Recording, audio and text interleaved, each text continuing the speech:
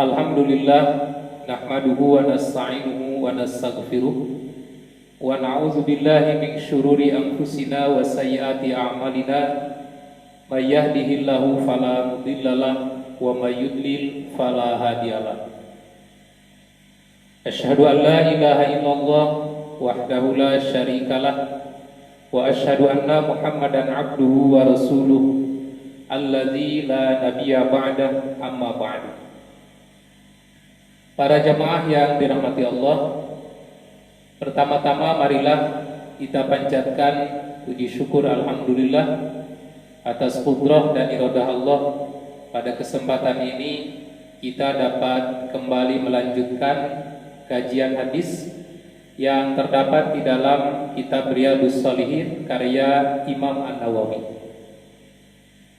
Dan pada kesempatan ini kita akan mencoba membahas bab yang keempat dari kitab tersebut, yaitu babus sidqi, bab tentang sidik. Sidik itu artinya jujur atau benar.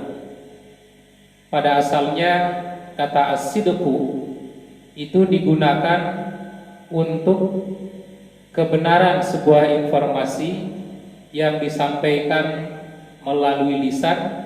Apakah informasi tersebut cocok sesuai dengan fakta kejadian yang sesungguhnya. Tapi kemudian kata as-sidqu ini juga digunakan untuk menunjukkan kebenaran suatu keyakinan, kebenaran suatu i'tiqad. Apakah i'tiqad atau keyakinan ini benar atau salah? Apakah i'tiqad atau keyakinan ini keyakinan yang benar atau keyakinan yang keliru? Kemudian kata as-sidqu ini juga digunakan untuk menyebutkan atau menunjukkan amal perbuatan yang dilakukan oleh anggota badan kita. Apakah amal perbuatan tersebut sesuai dengan ucapannya? Apakah amal perbuatan tersebut sesuai dengan hatinya? Atau apakah amal perbuatan tersebut sesuai dengan keyakinannya? Maka dapat dikatakan bahwa as-sidqu atau yang disebut jujur itu atau yang disebut benar itu adalah apabila cocok antara zahir dan batinnya. Yang disebut benar itu, yang disebut jujur itu adalah apabila cocok antara amal perbuatan dengan apa yang ada di dalam hatinya. Yang disebut jujur itu atau yang disebut benar itu adalah apabila cocok antara berita yang disampaikan dengan fakta kejadian yang terjadi sesungguhnya. Nah, maka oleh karena itu para ulama itu membagi sidik ini kepada dua bagian. Pertama ada sidik atau jujur secara lisan. Kemudian yang kedua ada sidik atau jujur benar secara amal perbuatan. Yang disebut dengan sidik jujur secara lisan adalah apabila apa yang diucapkannya sesuai dengan apa yang ada di dalam hatinya. Seperti kalau kita mengambil contoh beberapa ayat di dalam Al-Quran itu, ucapan seseorang yang mengatakan kami beriman. Apabila ucapannya yang mengatakan kami beriman sesuai dengan apa yang ada di dalam hatinya, maka itulah orang yang sidik, orang yang jujur, atau orang yang benar. Tetapi apabila apa yang diucapkannya tidak sesuai dengan apa yang ada di dalam hatinya, maka ini tidak dapat dikatakan sidik. Maka oleh karena itu, ucapan seorang munafik yang mengatakan kami beriman, tetapi ternyata apa yang diucapkan di dalam hati, apa yang diucapkannya tidak sesuai dengan apa yang ada di dalam hatinya, maka ini tidak dapat disebut sidik. Itulah yang disebut dengan istilah munafik atau disebut kadzab, seorang yang pendusta. Dia sudah berdusta kepada Allah, berdusta atas nama Allah, membohongi kaum muslimin, dan membohongi dirinya sendiri. Kemudian yang kedua, ada sidik atau jujur secara amal perbuatan. Nah, jujur secara amal perbuatan dapat dikatakan bahwa perbuatan itu benar, amal perbuatan itu jujur apabila apa yang dilakukannya sesuai dengan apa yang ada di dalam hatinya. Nah, maka oleh karena itu, seorang yang beramal dengan amalan yang tidak ikhlas, dia rajin sholat, dia rajin ke masjid, dia rajin beribadah, melaksanakan saum, mengeluarkan zakat, tetapi apabila apa yang dilakukannya tidak sesuai dengan apa yang ada di dalam hatinya, yakni tidak ikhlas karena Allah, maka perbuatan ini tidak dapat dikatakan perbuatan yang sidik, perbuatan yang benar, tetapi itulah yang disebut dengan amal yang riya. Jadi orang yang beramal karena riya, orang yang beramal karena ingin mendapatkan sanjungan dari manusia, orang yang beramal karena ingin mendapatkan penghargaan dari manusia, itu bukan amal yang sidik, tapi itu adalah amal yang dusta. Dia sudah membohongi dirinya sendiri. Para jamaah yang dirahmati Allah, Imam An-Nawawi di muqaddimahnya beliau mencantumkan 3 ayat, yaitu pertama surat At-Taubah ayat 119, yang kedua surat Al-Ahzab ayat 35, dan yang ketiga surat Muhammad ayat 21. Dan 3 ayat ini memberikan motivasi kepada kita semua agar kita senantiasa mempertahankan kejujuran dalam segala hal, agar kita senantiasa bersikap benar dalam ucapan dan amal perbuatan yang kita lakukan setiap saat. Ayat yang pertama, a'udzubillahi minasyaitonirrajim, ya ayyuhallazina amanu, wahai orang-orang yang beriman, ittaqullah, bertakwalah kalian kepada Allah, wa kunu ma'as shadiqin, dan hendaklah kamu bersama dengan orang-orang yang benar. Nah, ayat ini meminta kepada kita semua, meminta kepada hamba-hambanya, hamba-hamba Allah, agar kita senantiasa mulazamah, terus-menerus di dalam kesabaran, agar kita senantiasa berjuang, berusaha terus-menerus di dalam as-siddiq, di dalam kejujuran, di dalam kebenaran. Dan kita berjuang agar kita terus bergaul, berkelompok dengan orang-orang yang bersikap jujur, agar kejujuran ini menjadi karakter, menjadi tabiat, atau menjadi akhlak kita sehari-hari.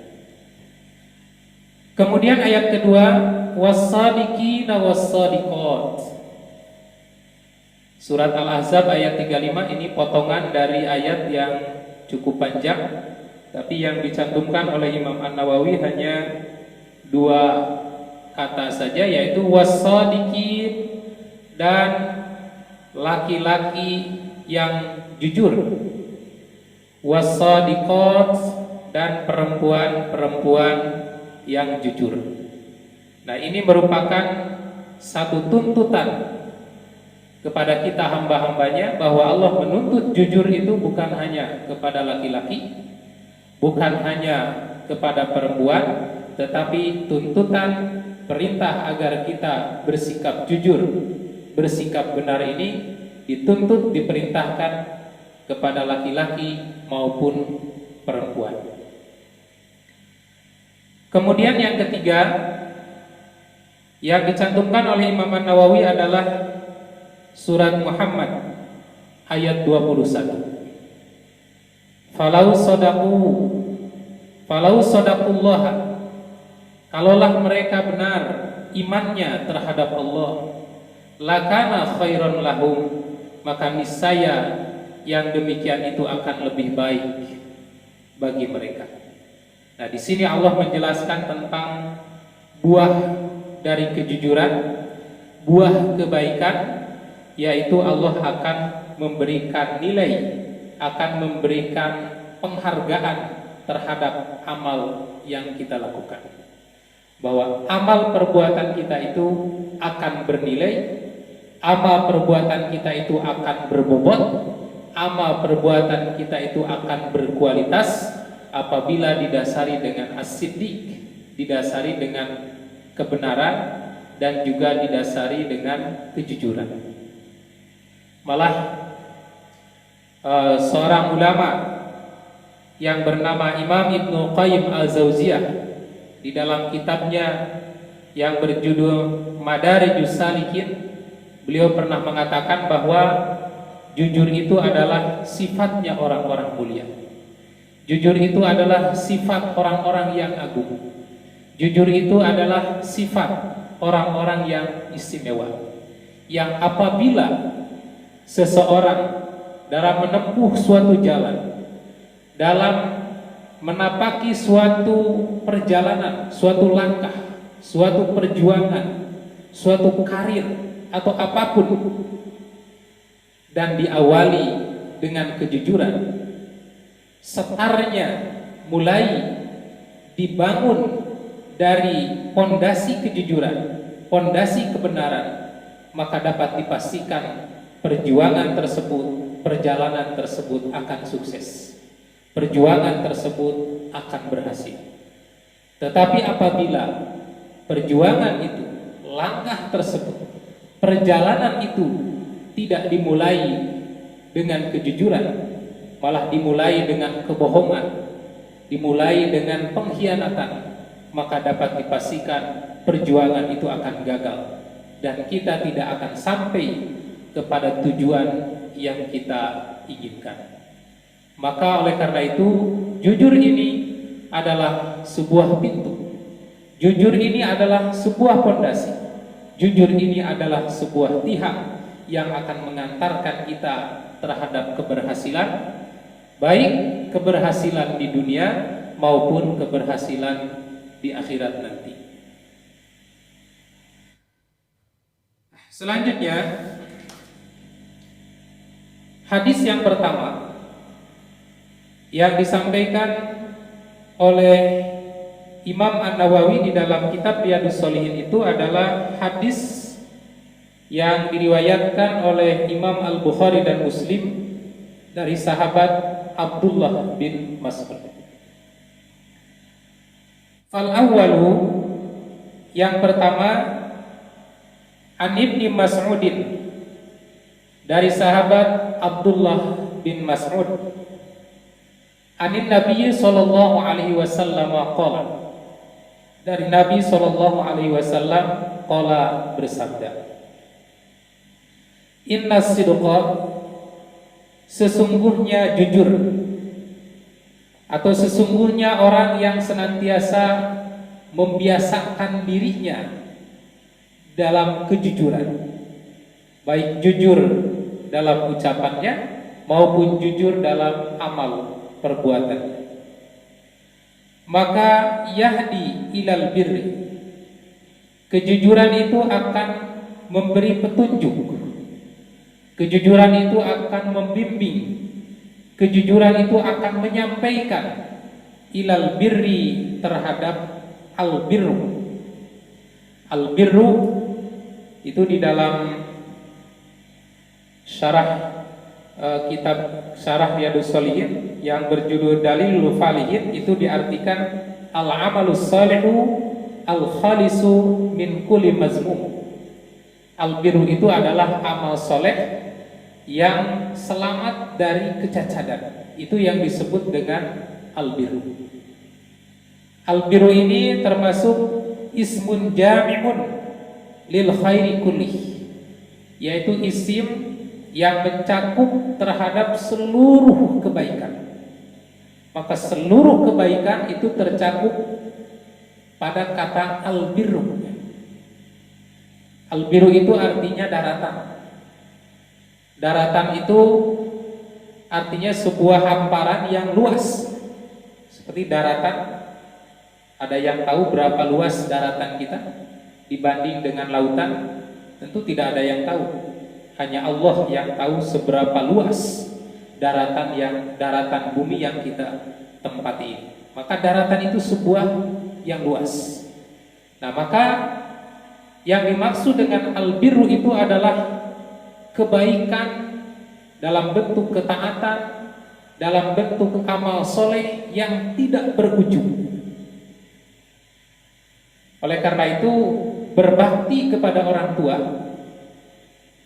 di dalam hadis itu disebut birrul walidain, berbuat baik kepada orang tua.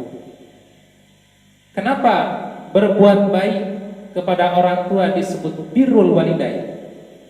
Karena berbakti kepada orang tua itu adalah sebuah ketaatan yang tanpa batas, sebuah pengabdian yang tanpa batas, baik melalui sikap kita, melalui ucapan kita, atau melalui pemberian-pemberian dalam bentuk pemberian harta, memberikan makanan, memberikan minuman, memberikan pelayanan, atau menjamin kesehatannya.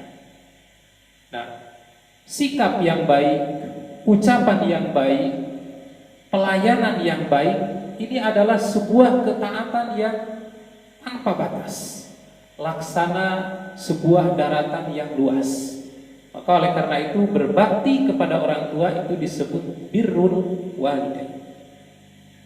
Nah, maka yang dimaksud dengan yahdi ilal birri, apabila orang senantiasa mulazamah dalam kejujuran, membiasakan diri dalam kejujuran, maka kejujuran ini akan mengantarkan kepada kebaikan yang luas tanpa batas.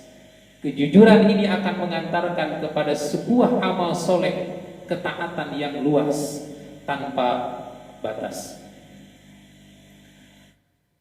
Wa innal birra, dan sesungguhnya al-birra itu yahdi ilal jannah. Sesungguhnya al-birru itu akan mendorong seseorang, akan menyampaikan seseorang sampai ke surga. Makanya para ulama syarah ada yang menafsirkan, mensyarahi wakila al-birru al-jannah. Yang dimaksud al-birru itu adalah al-jannah.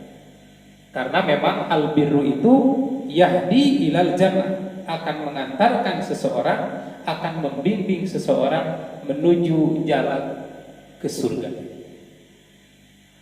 Wa innar rajula, dan sesungguhnya seseorang la yasduku, benar-benar dia terus-menerus bersikap jujur, bersikap benar dalam segala hal, dalam ucapan dan perbuatannya, dan terus membiasakan diri dalam kejujuran dan kebenaran ini, hatta yuktaba indallahi siddiqan, sehingga akan dicatat, akan ditulis di sisi Allah sebagai siddiqon, orang yang jujur.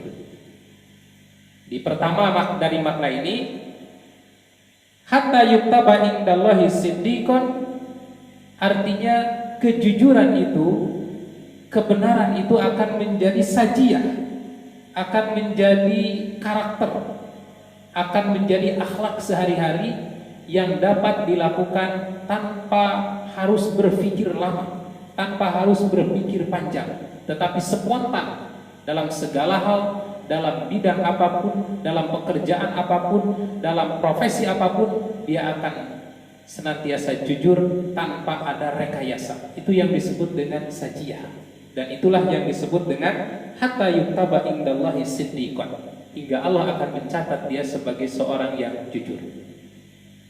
Nah, tetapi dapat juga dipahami bahwa yang dimaksud dengan hatta yuktaba indallahi siddiqan ini artinya Allah nanti akan mencatat dan mengumpulkan bersama-sama dengan para siddiqin, para nabiyyin, para syuhada. Di mana para siddiqin ini nanti pimpinannya adalah Abu Bakar As-Siddiq. Abu artinya bapak, Bakrun, Bikrun artinya gadis, perawan. Kenapa disebut Abu Bakar? Karena beliau adalah orang yang pertama kali memperawani ajaran Islam. As-Siddiq yang pertama kali membenarkan dari kalangan para sahabat laki-laki, yang pertama kali membenarkan terhadap berita, terhadap wahyu yang disampaikan oleh Nabi Muhammad Rasulullah Sallallahu Alaihi Wasallam. Maka disebut dengan gelar Abu Bakar As-Siddiq. Nah, orang yang senantiasa mulazamah dalam setiap saat berusaha membiasakan jujur benar, nanti dikumpulkan oleh Allah dengan para siddiqin. Selanjutnya, wa innal kaziba, dan sesungguhnya bohong, dusta, ini lawan dari sidik. Yahdi ilal fujur, itu akan membimbing dia, akan menyampaikan dia terhadap perbuatan al-fujur, perbuatan dosa. Perbuatan fujur itu adalah kejahatan yang dilakukan dengan merobek tabir-tabir agama.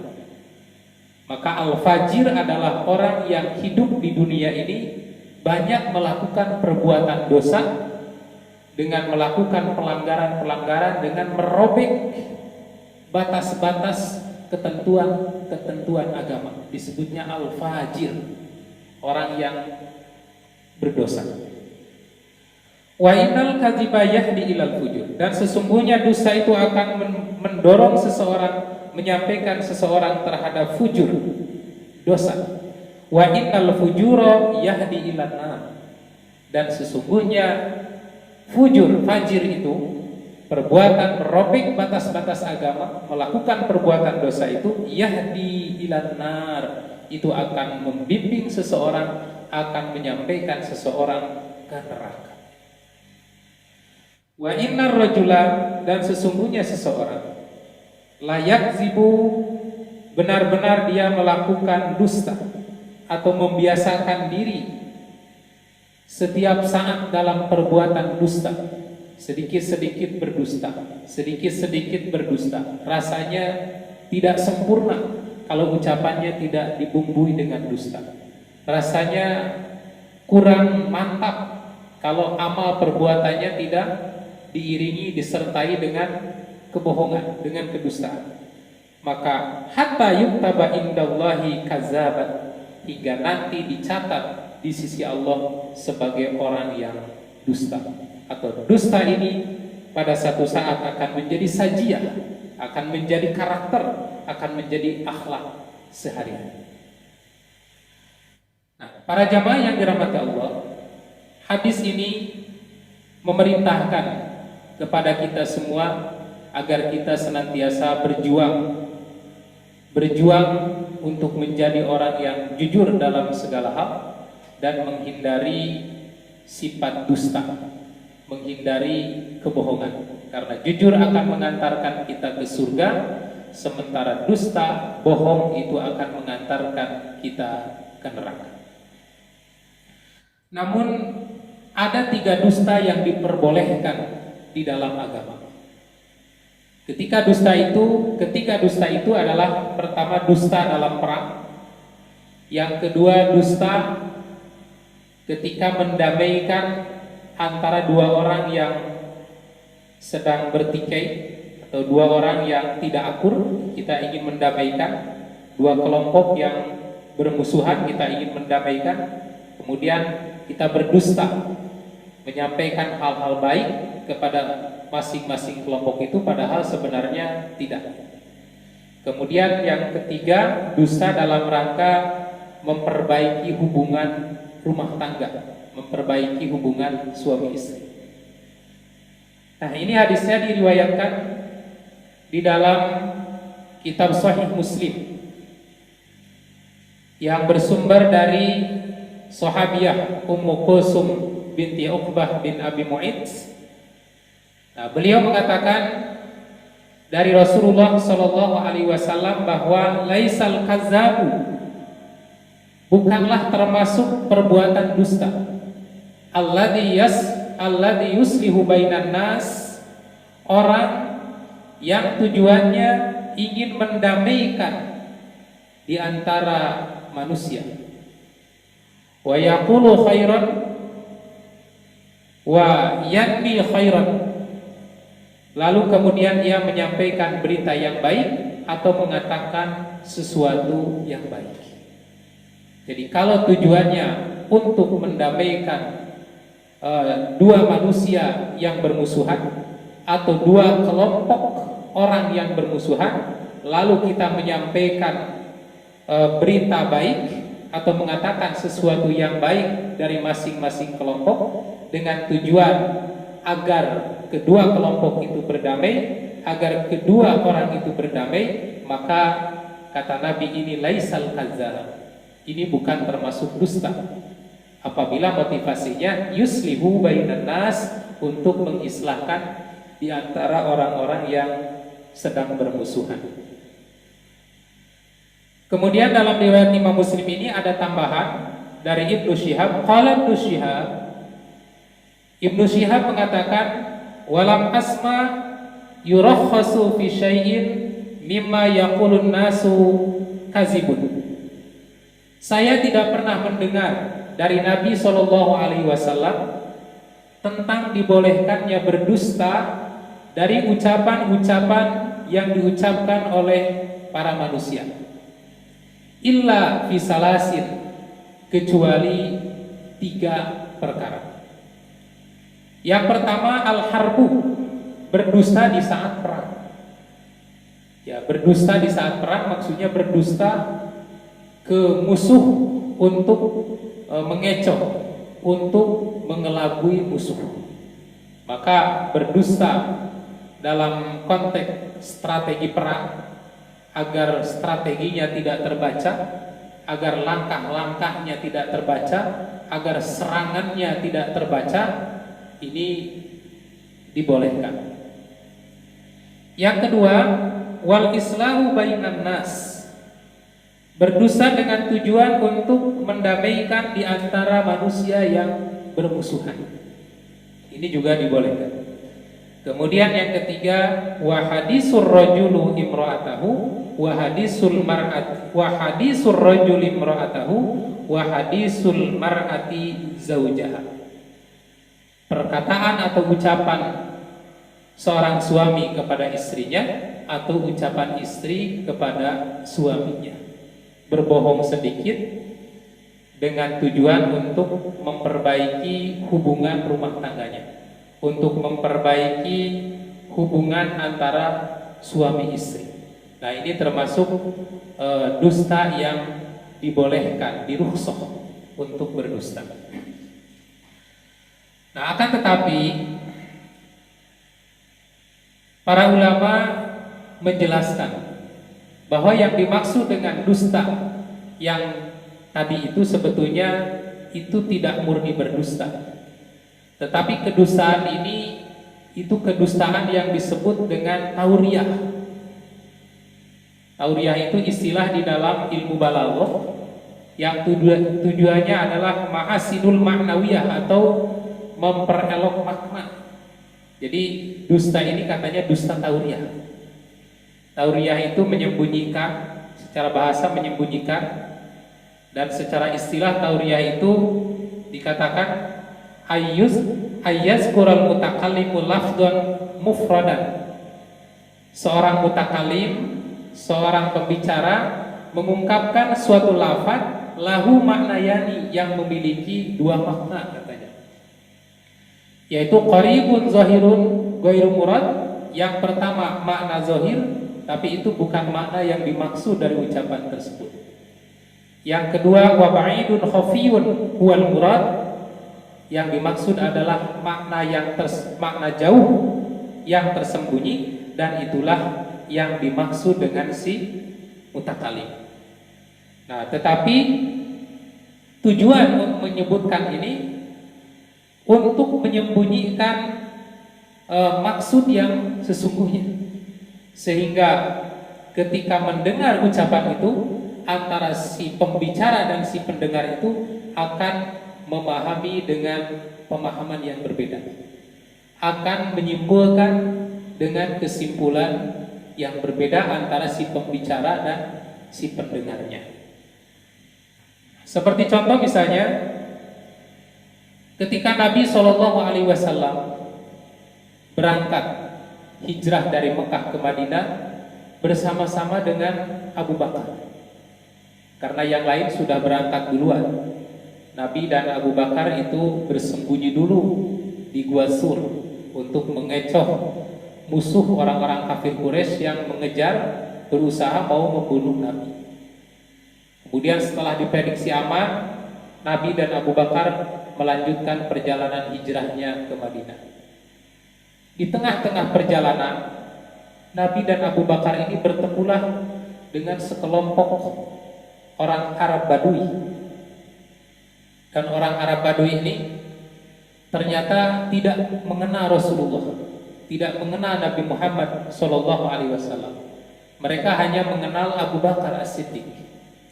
Maka ketika bertemu dengan Abu Bakar, seorang Arab Badui ini, orang Arab gunung ini bertanya, "Ya Abu Bakrin, wahai Abu Bakar, itu siapa yang bareng dengan Anda ini?" Nah, pada saat itu Abu Bakar dengan tujuan untuk menyelamatkan Nabi SAW agar identitasnya tidak terbongkar dan perjalanannya tidak terbongkar oleh orang-orang kafir, maka Abu Bakar pada saat itu menyampaikan jawaban tauriah, menyembunyikan makna yang sesungguhnya untuk mengecoh lawan bicara. Kata Abu Bakar, hadin yahdini sabila, orang ini adalah petunjuk yang menunjukkan jalan saya, yang menunjukkan saya jalan. Kalau menurut kita mah ini teh guide saya, petunjuk jalan saya. Nah, maka dari kata ini pasti akan lahir dua makna. Makna yang pertama adalah makna yang dekat, yaitu petunjuk jalan itu ya guide, petunjuk jalan yang memberikan petunjuk yang memberikan petunjuk dalam perjalanan Abu Bakar yang hakiki. Tetapi yang dimaksud oleh Abu Bakar itu bukan makna qarib, bukan makna yang dekat itu, tapi makna al-ba'id, bahwa yang dimaksud dengan petunjuk jalan ini adalah petunjuk jalan yang menunjukkan dari jalan kekafiran ke jalan keimanan, keislaman, menunjukkan jalan dari jalan yang sesat kepada jalan yang lurus, menunjukkan jalan dari jalan yang gelap, jalan kekafiran ke jalan cahaya, yakni jalan keimanan. Itulah yang dimaksud oleh Abu Bakar. Dan inilah yang disebut dengan istilah tauriah di dalam ilmu balaghah. Kemudian satu lagi contoh seperti yang diucapkan oleh Nabi Ibrahim alaihissalam, yaitu dalam kisah perjalanan Nabi Ibrahim ketika Nabi Ibrahim alaihissalam bersama istrinya Siti Sarah hijrah ke Mesir. Kemudian di tengah perjalanan, dalam perjalanan bertemulah dengan para pasukan kerajaan, para pejabat kerajaan. Dan pada saat itu Mesir dipimpin oleh raja yang dolim, raja yang jahat. Dan raja ini punya kebiasaan setiap ada wanita cantik selalu saja ingin menikmatinya. Walaupun si wanita itu sudah bersuami. Kalau wanita itu sudah bersuami, dipaksa, direbut, dan suaminya itu dibunuh. Nah, bertemulah dengan Nabi Ibrahim. Dan Siti Saroh ini adalah seorang wanita yang sangat cantik, dijelaskan di dalam sejarah. Maka kemudian Nabi Ibrahim ditangkap, lalu diinterogasi. Wahai Ibrahim, siapa ini wanita yang cantik yang bareng dengan kamu ini? Nah, maka pada saat itu Nabi Ibrahim menjawab dengan menggunakan uslub tauriyah, jawaban tauriyah, menyembunyikan makna yang sesungguhnya untuk memberikan pemahaman yang berbeda terhadap lawan bicara.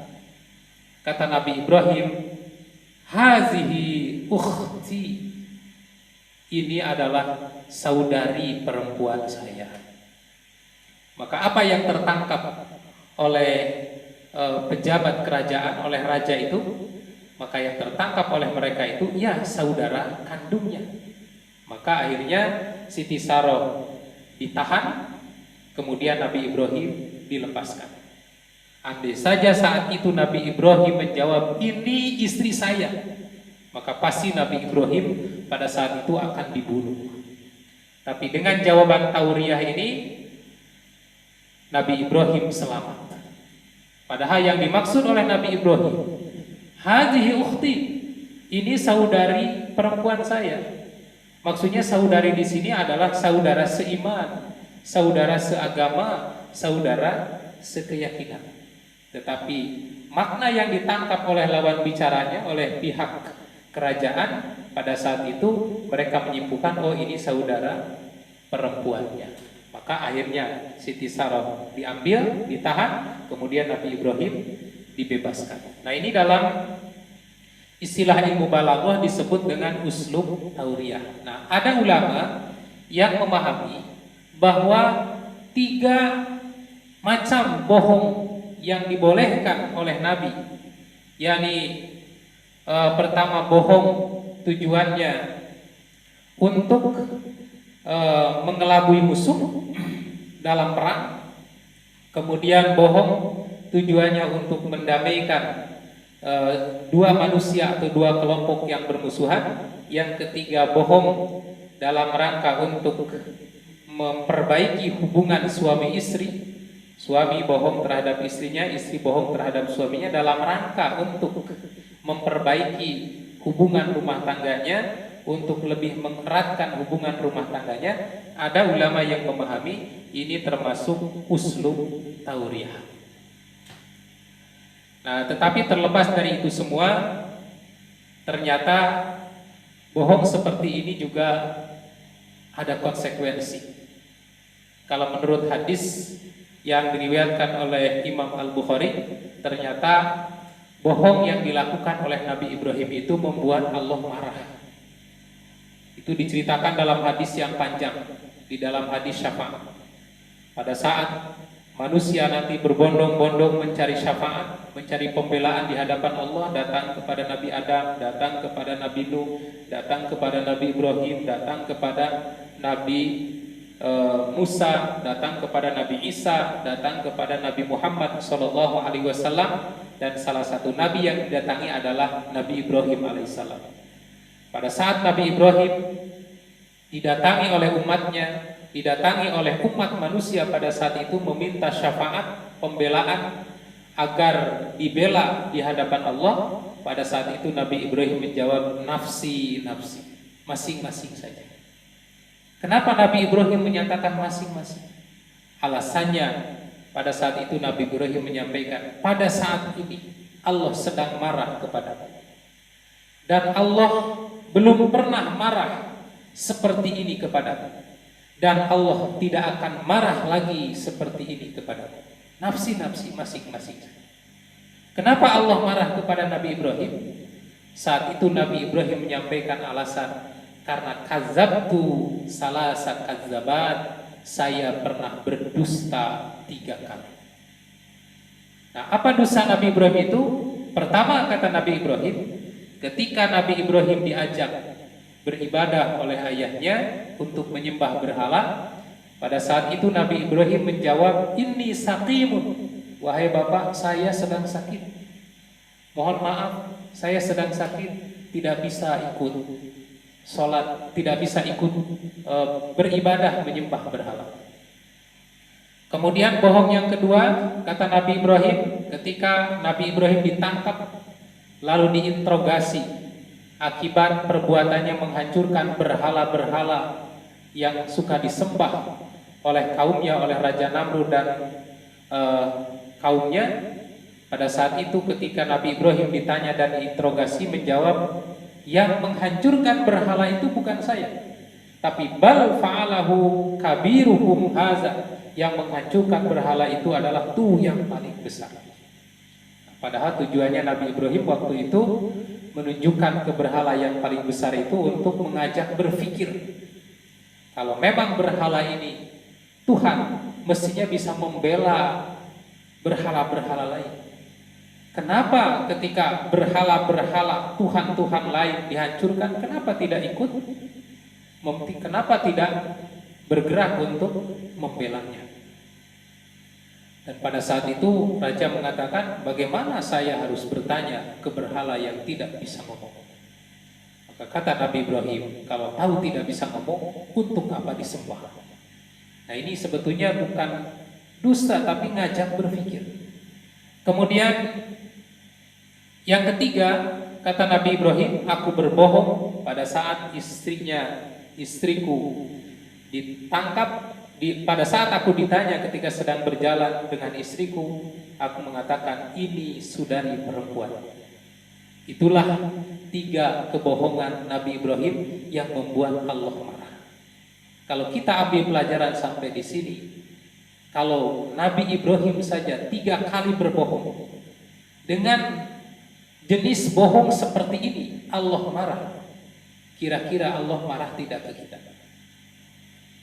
Yang mungkin kebohongan kita itu sudah tidak terhitung, baik bohong yang sesungguhnya maupun bohong yang bersifat tauriah.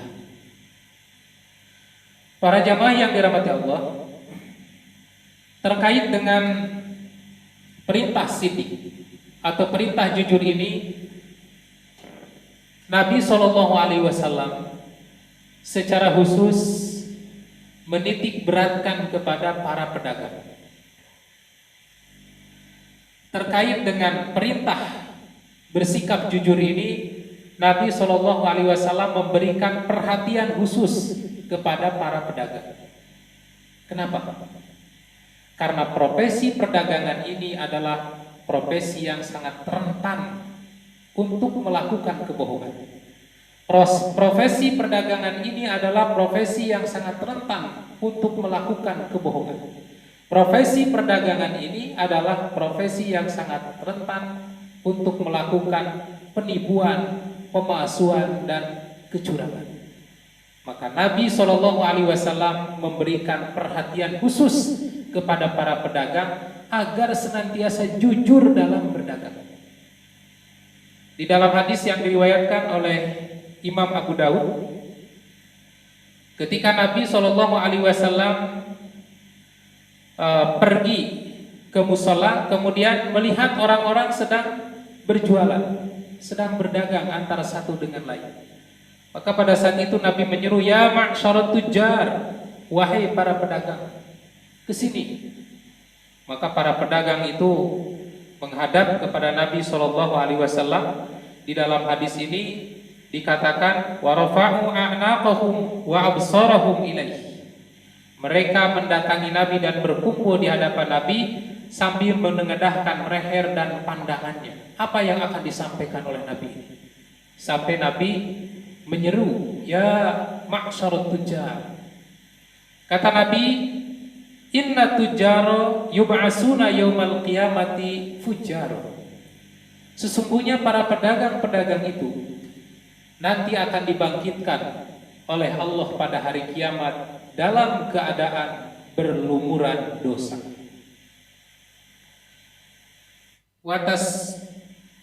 Watasmiyatin Nabi sallallahu alaihi wasallam ila manittaqallah, kecuali orang yang bertakwa kepada Allah. Wa barra, dan orang yang senantiasa berbuat baik. Wa saddaqa, dan orang yang senantiasa jujur. Kata Nabi sallallahu alaihi wasallam, semua pedagang pada hari kiamat akan dibangkitkan oleh Allah Subhanahu wa taala dalam keadaan berlumuran dosa. Karena perdagangan itu syarat dengan kebohongan.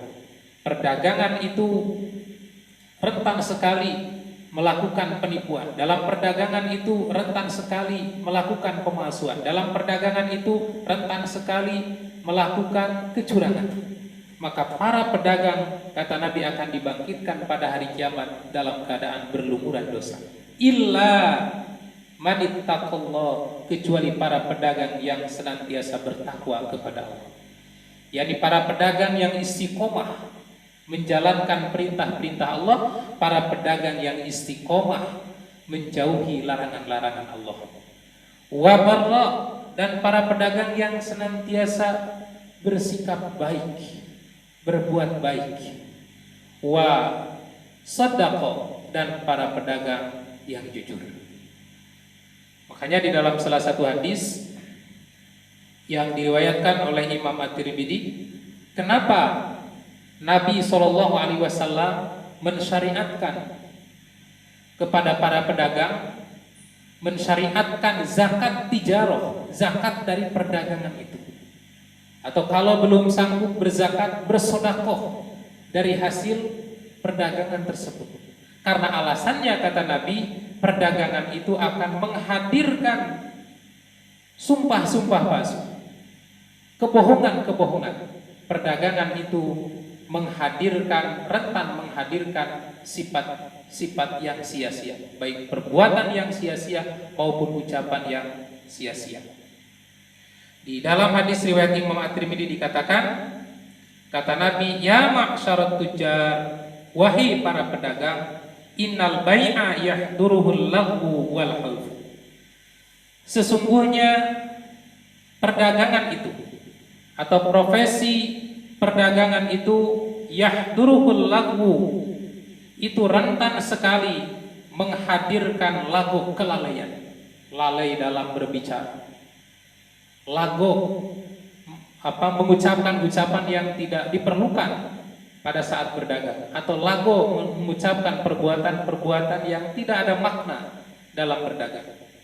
Wal halfu, dan perdagangan itu rentan menghadirkan sumpah-sumpah palsu, kebohongan-kebohongan. Oleh karena itu, kata Nabi, fashubuhu bis sadaqah, maka bersihkanlah perdagangan kalian dengan sedekah.